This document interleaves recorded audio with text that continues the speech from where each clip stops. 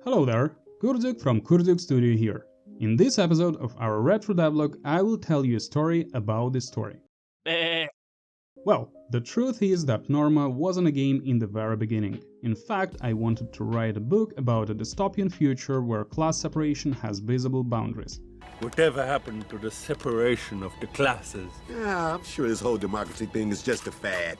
Where those classes are separated physically across levels, so-called zones, which are distributed bottom to top on platforms. Those platforms grew on top of the existing city sites and grew all the way up.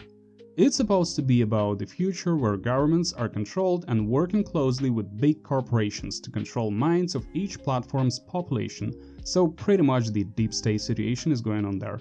The protagonist is a simple guy who is trying to work his way on top, and oh boy, little he knew about the world. You are made of stupid. The story doesn't cover the way main character did to reach his state in the beginning of the story, as that's supposed to be covered in some flashback dialogues. The guy working as an IT security specialist, getting a dream contract with biggest company on the platform, which office situated in the office zona, fourth one from the bottom of the world. And that's supposed to serve him a jump over to eventually reach the second level, or Zona 2, in other words, where the living conditions are way better. Anyways, I won't be going a lot into details now and unveil the full plot, but I suppose you can imagine this setting already.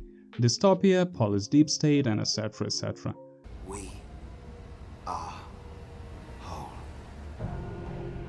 So, I outlined the story, let's say made a skeleton of it, to be able to work further around it while writing the book.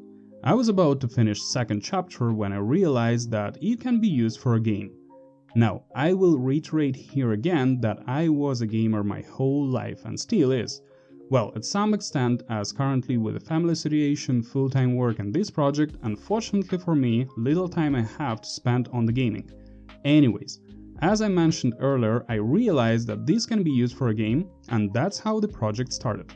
I already had a skeleton for the story, so as a first step I decided, well, let's wrap up with the story first. So I outlined the main characters whom protagonist will meet on the way. I outlined the main storyline and associated quests. It took a while to make everything somewhere in order, though understanding that I will have to most likely rework some of the parts in future.